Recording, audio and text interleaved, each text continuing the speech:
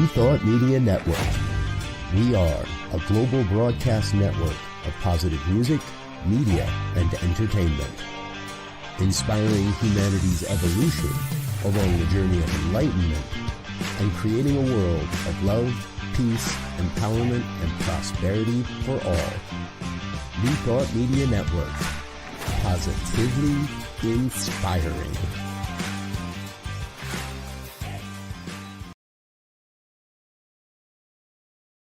Welcome to Girls Behaving Metaphysically. Your hosts are two girls who believe that life is awesome, that laughter heals, and that it's possible to find deep spiritual insights in everyday experience. Here come the girls. It's more than practical. Here come the girls. Way more than merely factual. If you want to know the secrets of a life that's free, listen to Girls Behaving Metaphysically. Listen to Girls Behaving Metaphysically.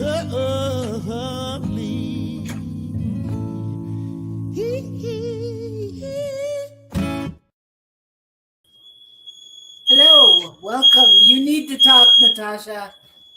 Hello, everybody. Welcome to Girls Behaving Metaphysically, where my dear friend on the other side of the world is having technical difficulties with her smoke alarm. But we're here anyways. I'm here from Brisbane, Dr. Natasha Wilson, and our beautiful Robyn Rice Olmsted is trying to figure out how to get her smoke alarm. She's so hot. The alarms are going off. Yes, sister, cool it down. Okay. Anyways, you guys know I'm here in Brisbane, Australia. Robyn, I actually don't know where you are today, so maybe you can let us know when you can. But like us. What's the other thing you need to do on Facebook? Well, Facebook, you can like, you can share. YouTube, like, share. I know all that stuff is really good for the algorithm. And because we're girls behaving metaphysically, we see spirit in everything. So honestly, I really think that Robyn's smoke alarm issue is because she's so hot. So when all is ready, we're going to start with our regular thing, which is we're going to pull a card and then we're going to sort of see what comes up for us.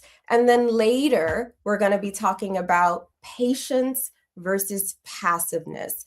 And when you're having technical issues like a smoke alarm, patience is probably a really good practice. Yeah. And I'm thinking that maybe we should go to a break. We can do that too. Well, and hopefully my husband will be home and get off on the ladder. They're going off all over the house, so it's not a one ladder job. Oh, I'm gonna have to use this. It's making my dog go crazy. And both of mine. So why don't we do that? Why don't we take a few minutes extra to hear about what's going on here at New Thought Media, and we'll meet you right back here. Okay. Please help us say thank you to all.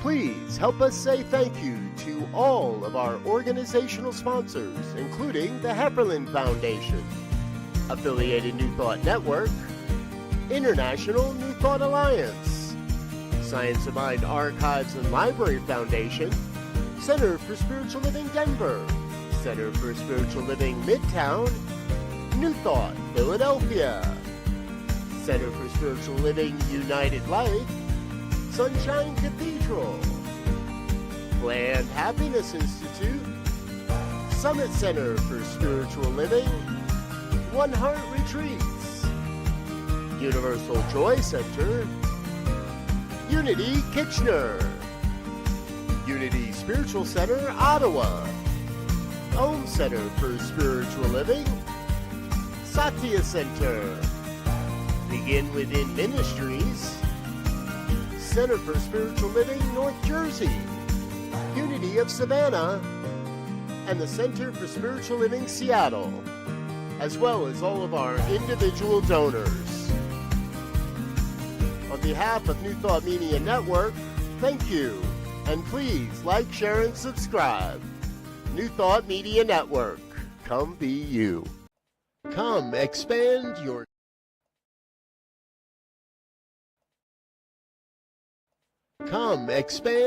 spiritual journey. Join us for Just the Talk. Sundays, 1 p.m. to 6 p.m. Mountain Time. Experience Unity Kitchener and Ottawa. Center for Spiritual Living Midtown. Center for Spiritual Living Denver. Unity of Garden Park. New Thought Philadelphia. The Sunshine Cathedral. Unity of Savannah. And the Ohm Center for Spiritual Living. Come unleash your spiritual potential with New Thought Media Network. New Thought Media Network proudly presents a Science of Mind Saturday Conversations. Learn more about the Science of Mind philosophy, faith, and way of life.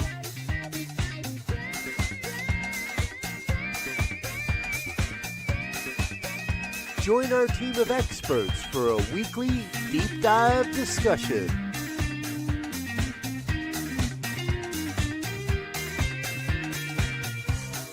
Come study the science of mind, chapter by chapter, and resources from the Science of Mind archives. Plan to join us every Saturday, 9 a.m. Mountain Time. Only on the New Thought Media Network. Welcome to Girls Behaving Metaphysically. Your hosts are two girls who believe that life is awesome, that laughter heals, and that it's possible to find deep spiritual insights in everyday experience. Here come the girls. It's more than practical. Here come the girls. Way more than merely factual. If you wanna know the secrets of a life, it's free. Listen to Girls Behaving Metaphysically. Listen to Girls Behaving Metaphysically.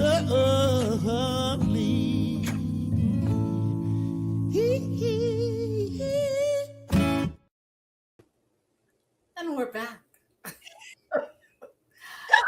Yes. Is it a coincidence that our topic today is patience? Never a coincidence. We know this. Interesting. Never, ever. Never a coincidence. Well, I have turned on every fan that I possibly own and opened the doors, and it's 40-something degrees outside. And it finally stopped, like, right at the end of our song.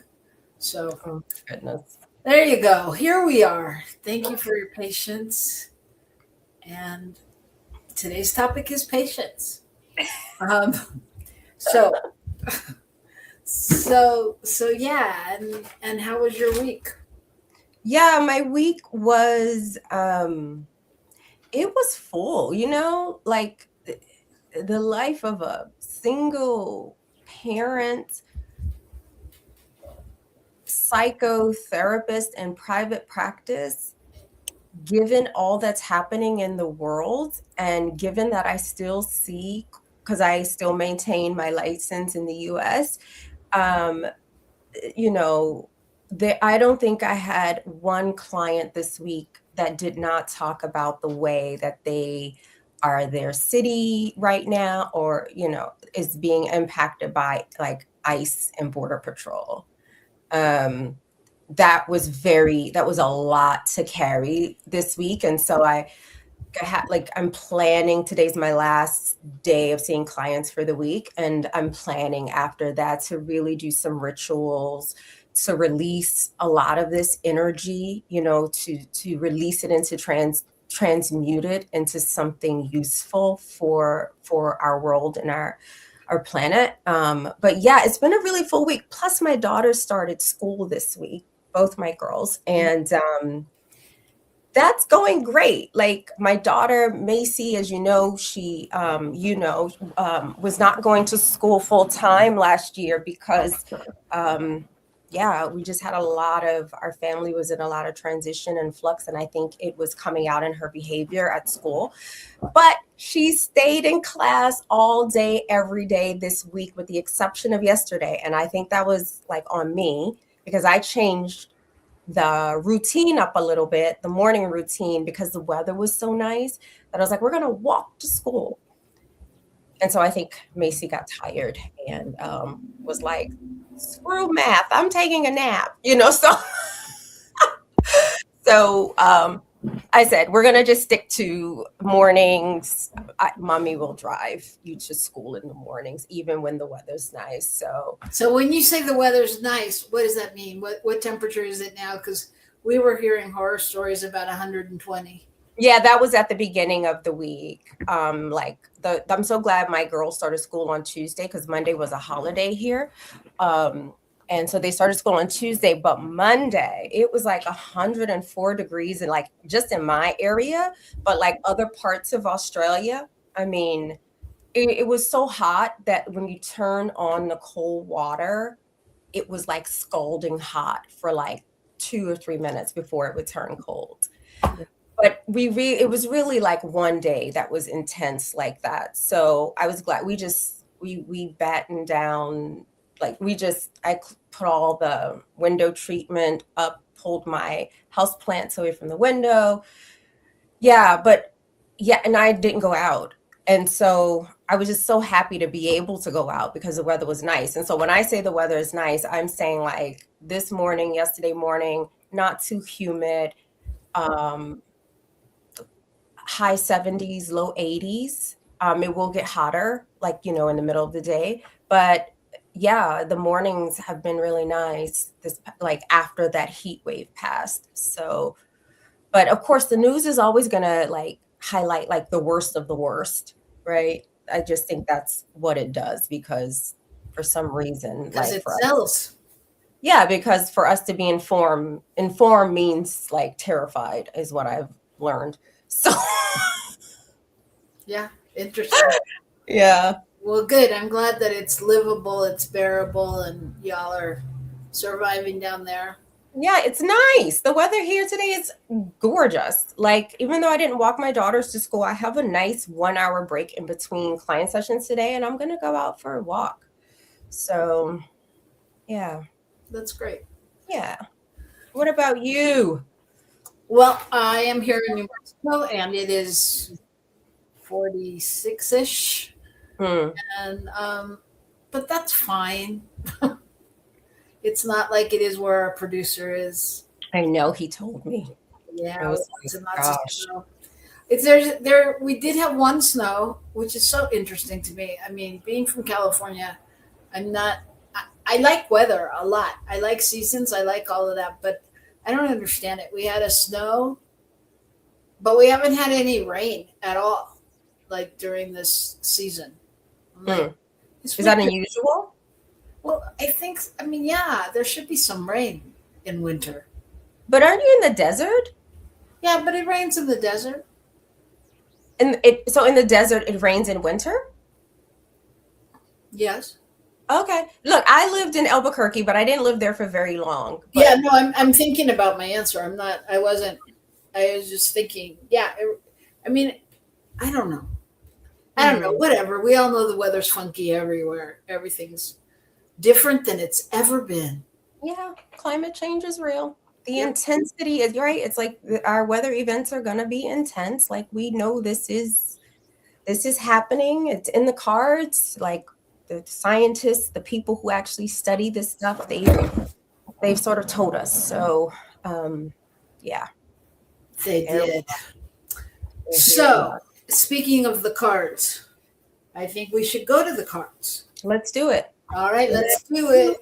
This is our card segment where we pull a card to see what it's going to inform us of. So would you like, I have Artist Way cards, Sacred Traveler cards, and Medicine cards. Medicine. Okay.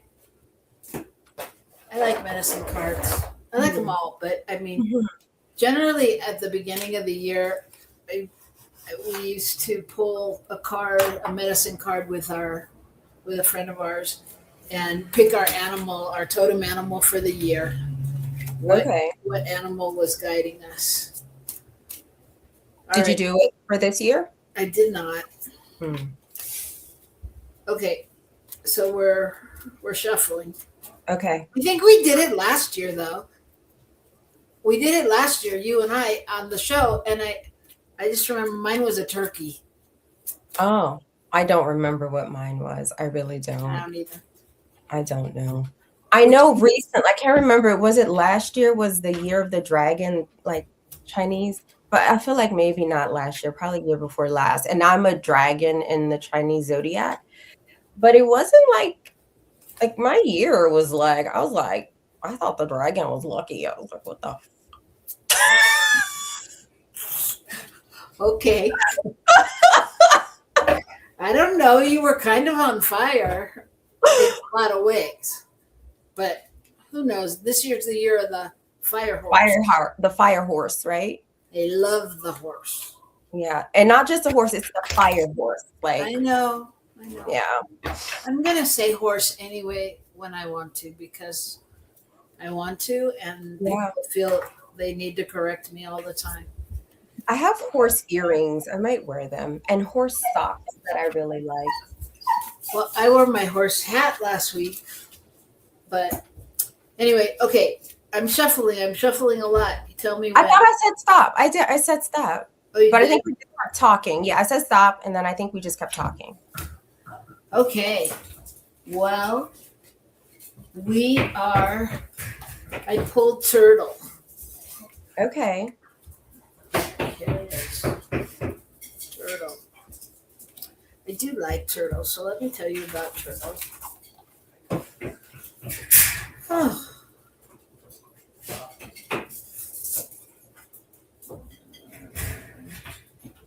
Sorry, not as quick as I sometimes am. Turtle. Take your time. So, turtle always reminds me of Hawaii, but turtle is about Mother Earth. Yeah, I remember there was a time in my life, maybe in my early 30s, I was having dreams about turtles like all the time. Yeah. And it's that they still stick with me because they were so vivid. Like, yeah, anyways, I'm listening. Okay. In Native American teachings, turtle is the oldest symbol for planet Earth. It's the personification of goddess energy and the eternal mother from which our lives evolve.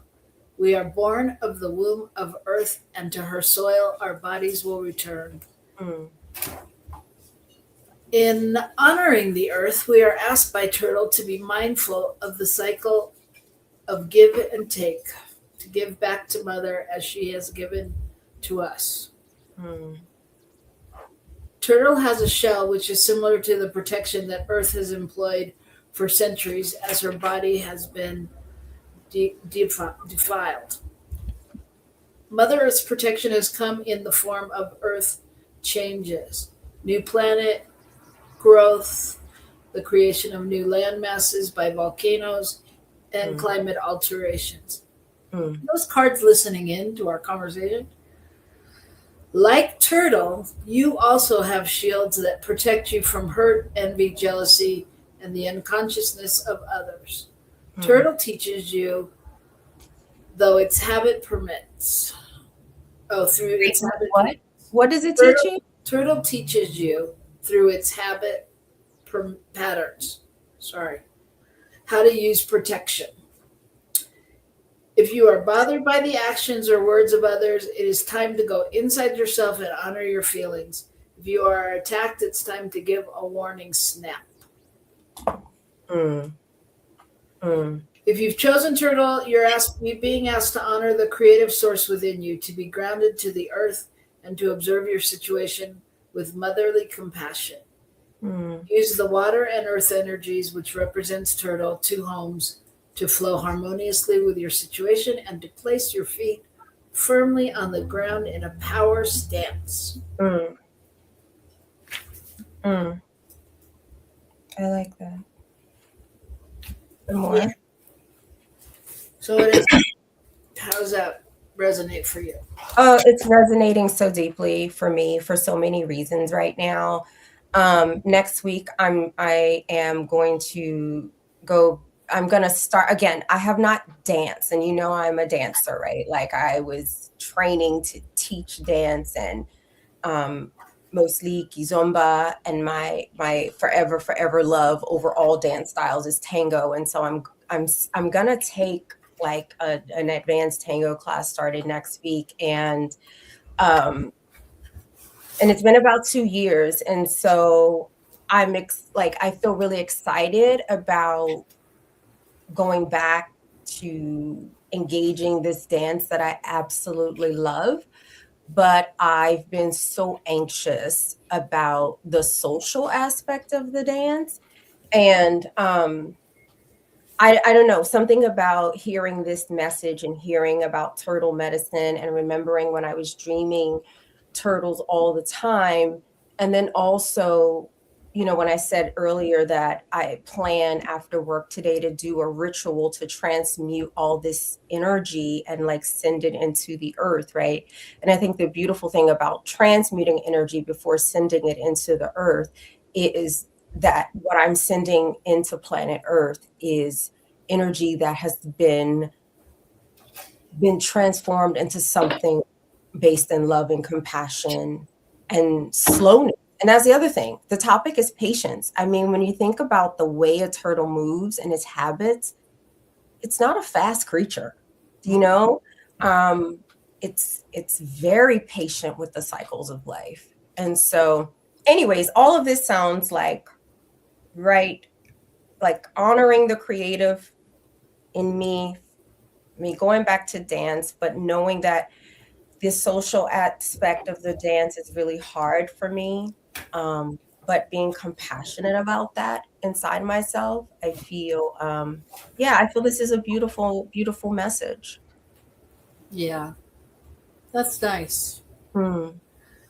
I want to welcome Wayne. Thanks for joining us, Wayne. I think for me, it's just what really just resonates from the whole thing is connection. Mm. And really just that staying connected to the real. Yeah, and I think a lot of times for me, I give up that connection because I can so easily swoop in and out of other connections, other places but it's not really where I'm connected and grounded and centered, So I mean, to me, that's just what comes up, just being able to listen to that and be aware of that. That's beautiful. I'm making a cocktail, by the way. Excellent. Yes, that's what I'm over here doing as I listen to you. Excellent. Excellent. I'm just laughing. I'm laughing because last week, Gil started teaching a class and I was TAing with another friend in California. It's a virtual class. And I texted her during the thing and I was like, oh, this class is making me want to drink. She's like, you're not? She's like, oh, you're not? It was so funny, because it was like, it reminded me of you and us and the whole thing. So, yeah. So, patience. Patience is our topic of the day. Mm-hmm. And I think patience is such an interesting thing because I do think I haven't really thought about it a lot, but it sometimes we think we're being patient, but I guess my question would be, are we really, or have we just learned to settle into waiting? Wait, are we really being patient or have we settled into waiting?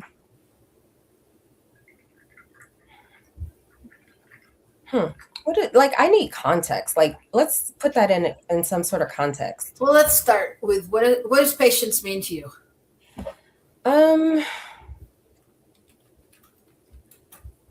So I guess I'm thinking of the contrast of patience, which feels to me like rushing, whereas patience is a sort of allowing.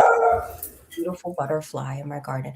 It's this allowing things to unfold without pushing to try to like make something happen. Yeah, I don't know. That's what's coming to me. And let me clarify about my cocktail right now, okay? Like it's based in water, fermented chlorella, and omega-3, just so y'all know, because it's morning. I don't want people like asking questions about me drinking in the morning. So that's the cocktail and the tea yummy. But that's kind of what I think about patience. What about you? I think it's one of those words that appears very simple, that it's deceptively simple in some ways, and that it really that it points to a whole like inner posture and way of being rather than like a single behavior. I mean, I think like the word almost changes like from, because the first thing that comes up when I hear patient is it kind of it takes me back to being a kid, right? Because you had to be patient for everything, because it took forever for Christmas to get there. It took forever for your birthday. If you wanted to do something, even if it was like later that night, it seemed like it took forever to get, so like that's kind of where like my cellular first thought of patience comes from. But I mean, I really think it's, it has to do more with the capacity to stay present. Like as you're saying that, I don't know why I'm having all these like memories pop up today, like the turtle dreams, all of it. But like, I remember, and this wasn't like a conscious experiment, but I don't know if people remember Cabbage Patch dolls, but when I was a kid, they were like a really big thing. Everybody wanted one. And like I had a couple. And I remember one time I was out shopping with my mom and we came across the Cabbage Patch doll aisle and I wouldn't move. And because I wanted one so bad. And she was like, you're going to get one. And it was specific. It's like, you're going to get one on your birthday. I don't remember what month it was, but I was like, my birthday's Halloween at the end of October. Like, I must have it now. I remember. And then I just threw this tantrum and I kind of just like laid out on the ground and my mom left me.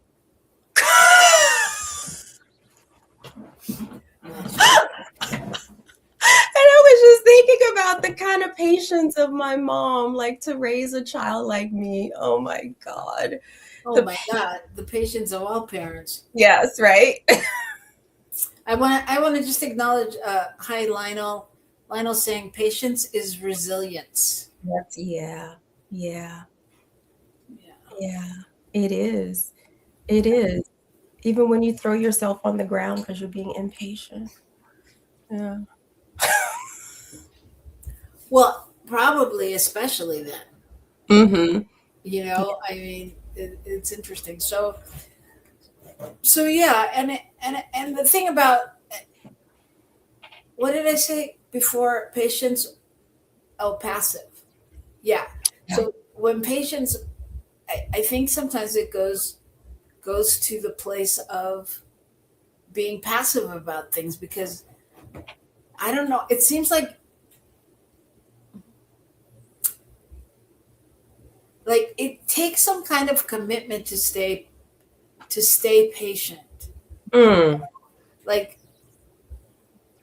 and then, but it doesn't mean, I don't know. I don't have a context for it right now. It doesn't mean,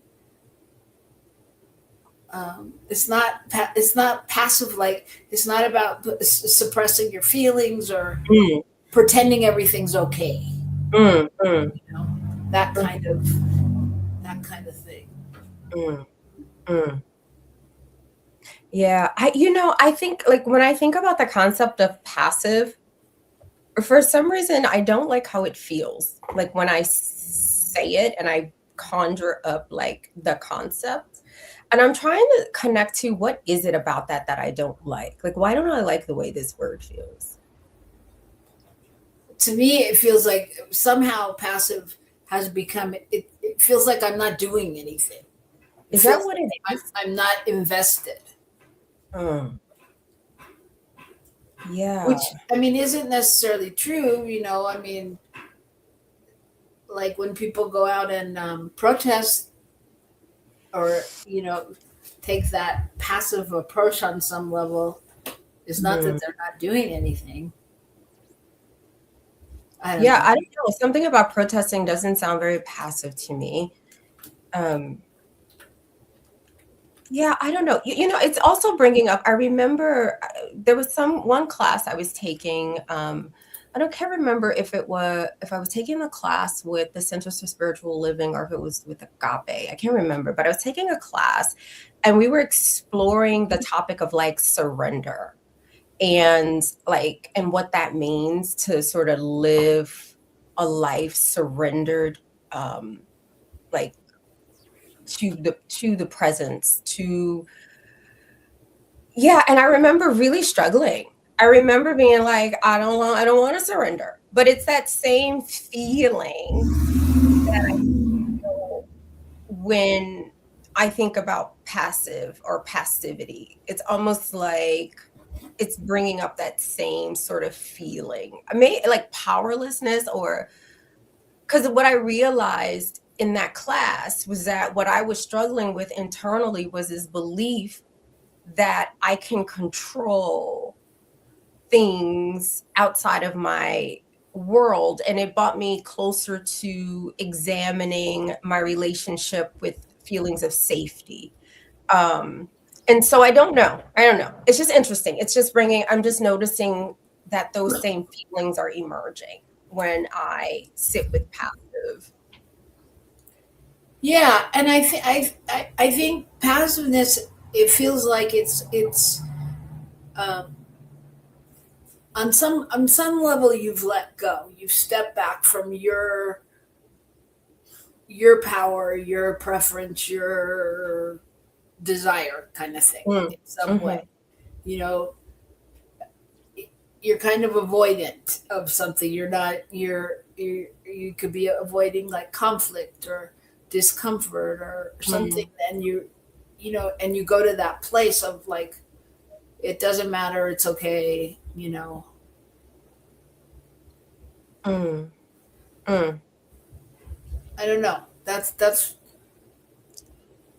I don't know. You're not connected you're unclear. You're not connected to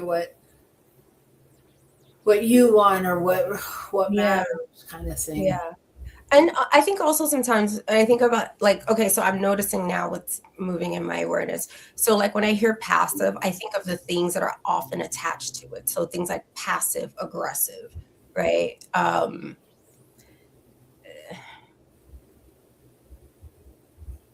Yeah, I don't know. The concept just doesn't sit well in my body. Well, there's something about patience for me. There's something about patience that is this. It creates this space of possibility. It feels like it feels spacious. It feels grounded. Yes. It feels aware and awake, kind of thing. Whereas passiveness kind of feels. It kind of feels checked out. It feels kind of numb. It feels like. What came up before was you're kind of just a victim to circumstance when you're passive. Yeah. I'm also just thinking about the political times we're living in and the role of patience versus passivity, right? Like,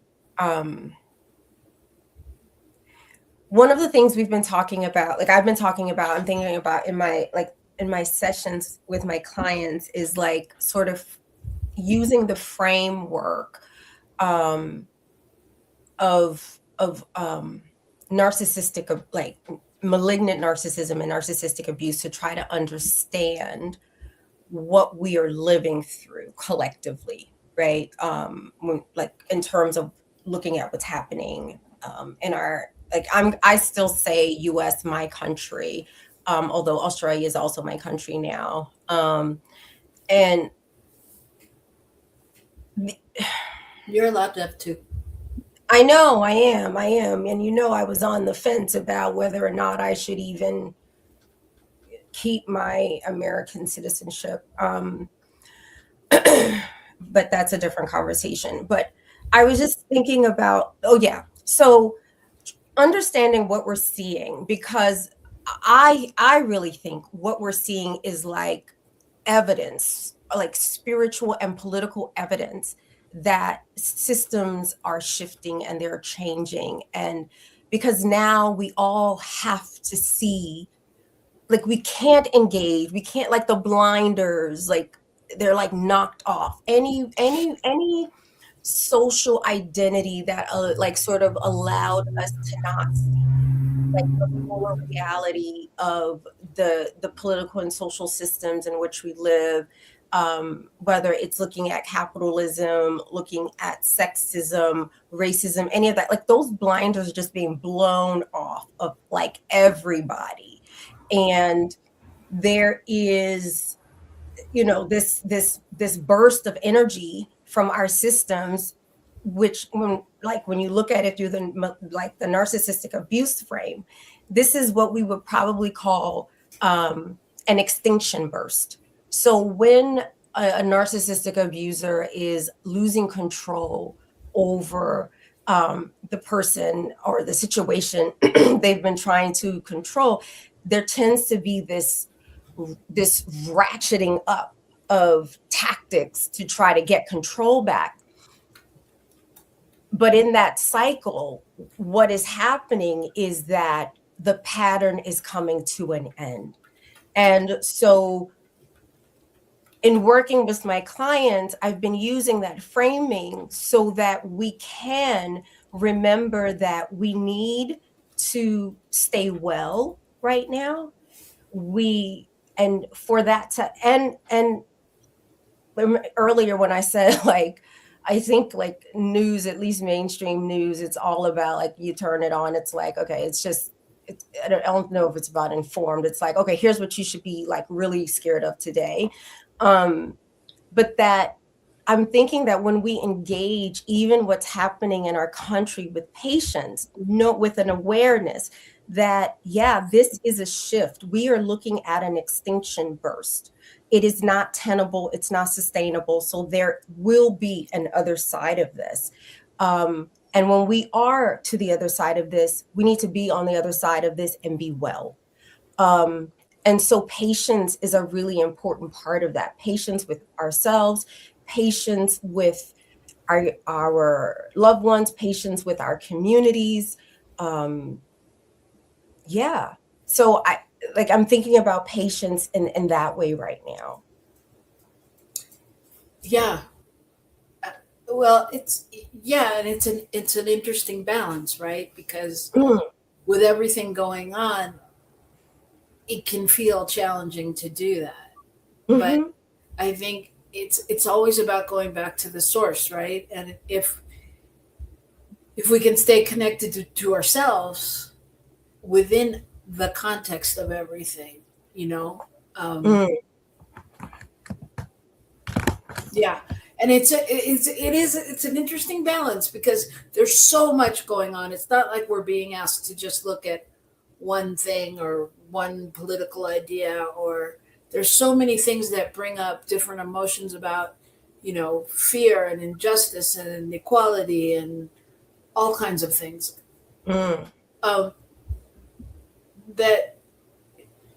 I think that it throws us a little for a loop because we don't have, it's not like, we could do this or we could do that or we could do this, because nothing, not that it ever does, but nothing feels like it could really fix it all.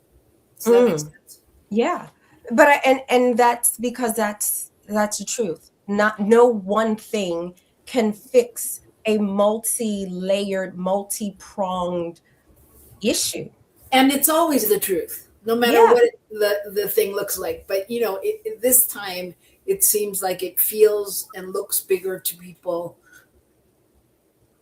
just based on everything going on.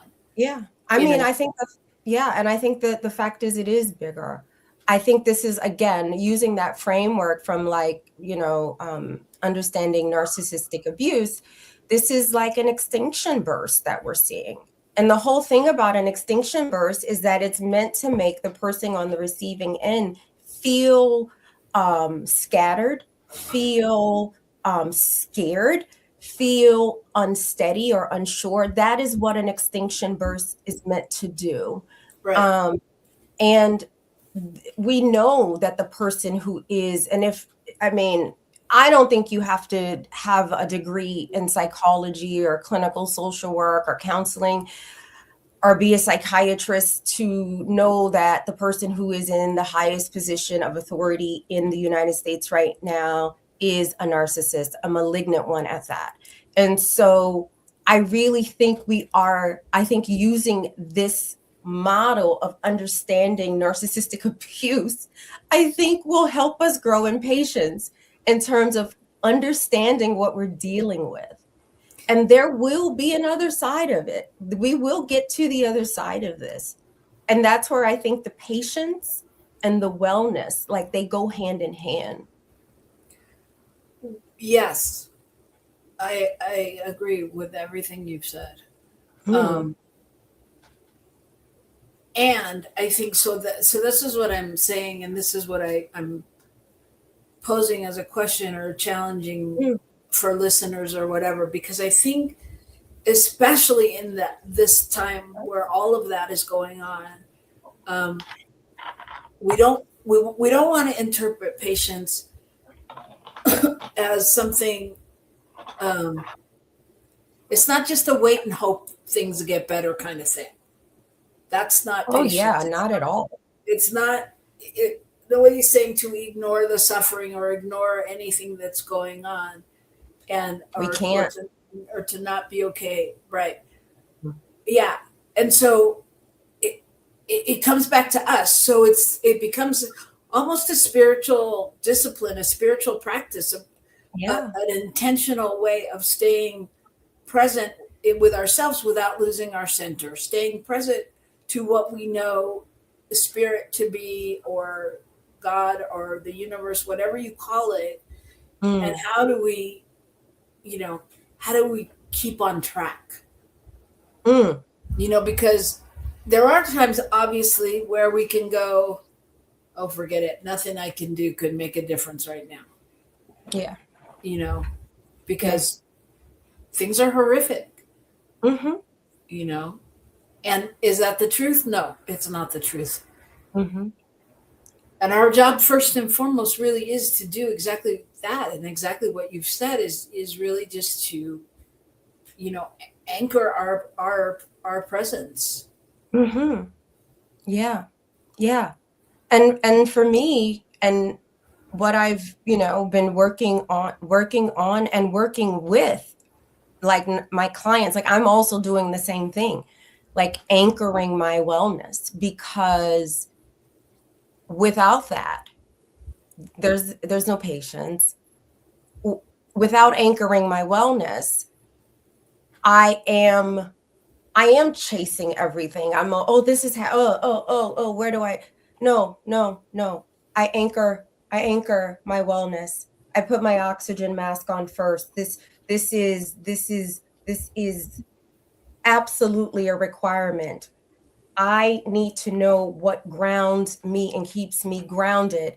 And when I do engage in community, or I engage in whatever my part is in not being passive around what we're seeing happening politically, I am doing it from a well and grounded space. So I can't be sort of like, I know I'm so grounded, and going back to Turtle, so rooted in earth, that I'm not being, like, blown wherever the wind goes, right? I can get still and listen. I can get still and listen with the ear beyond the ear, right?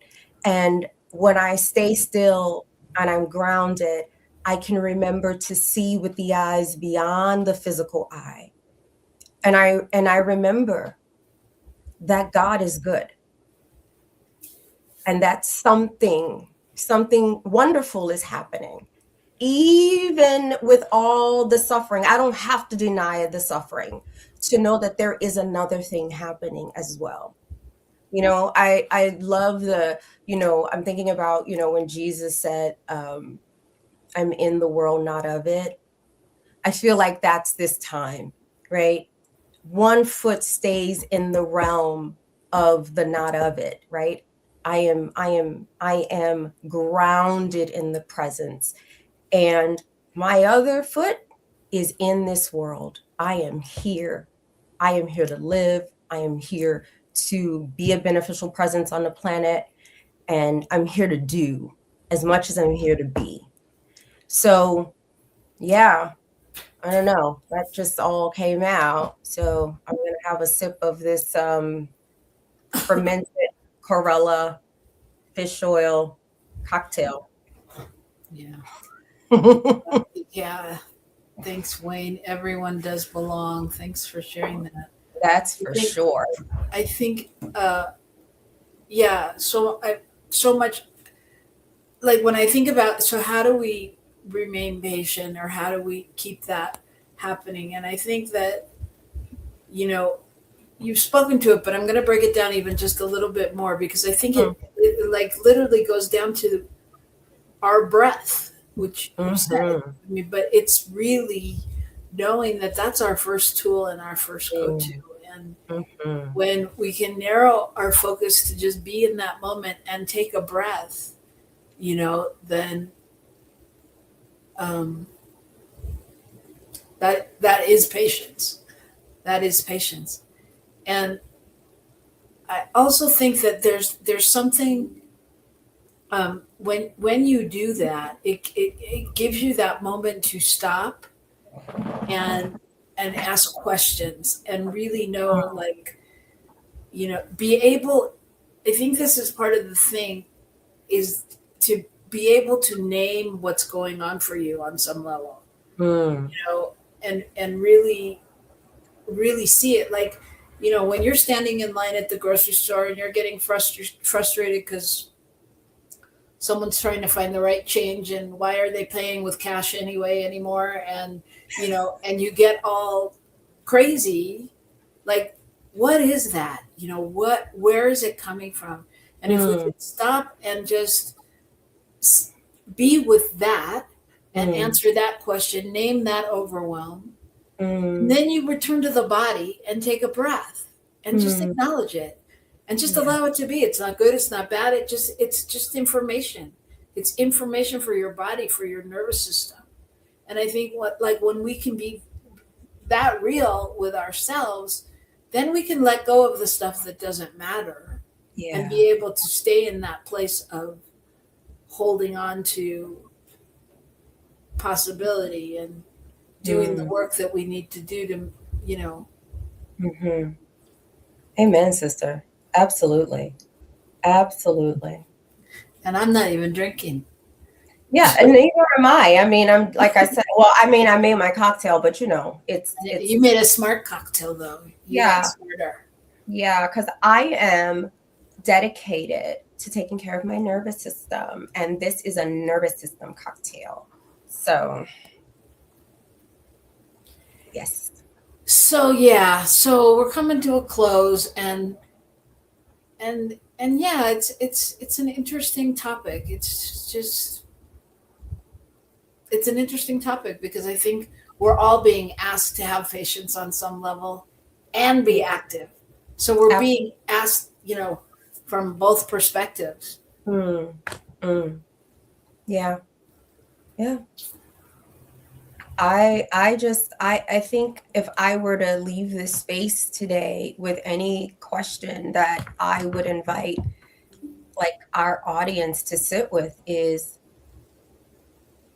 what does it look like for you to remember that you were born to be a beneficial presence on the planet?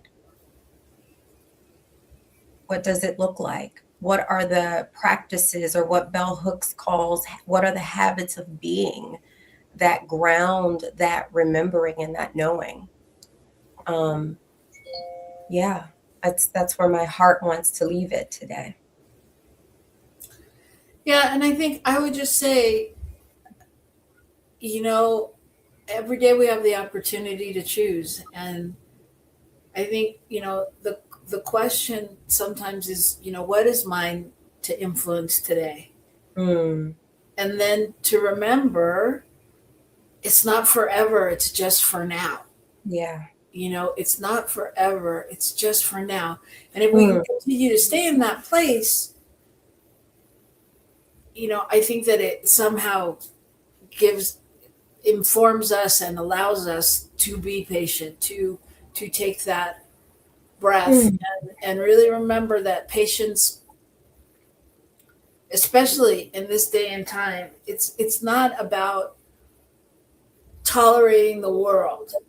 It's about not abandoning ourselves. Yeah.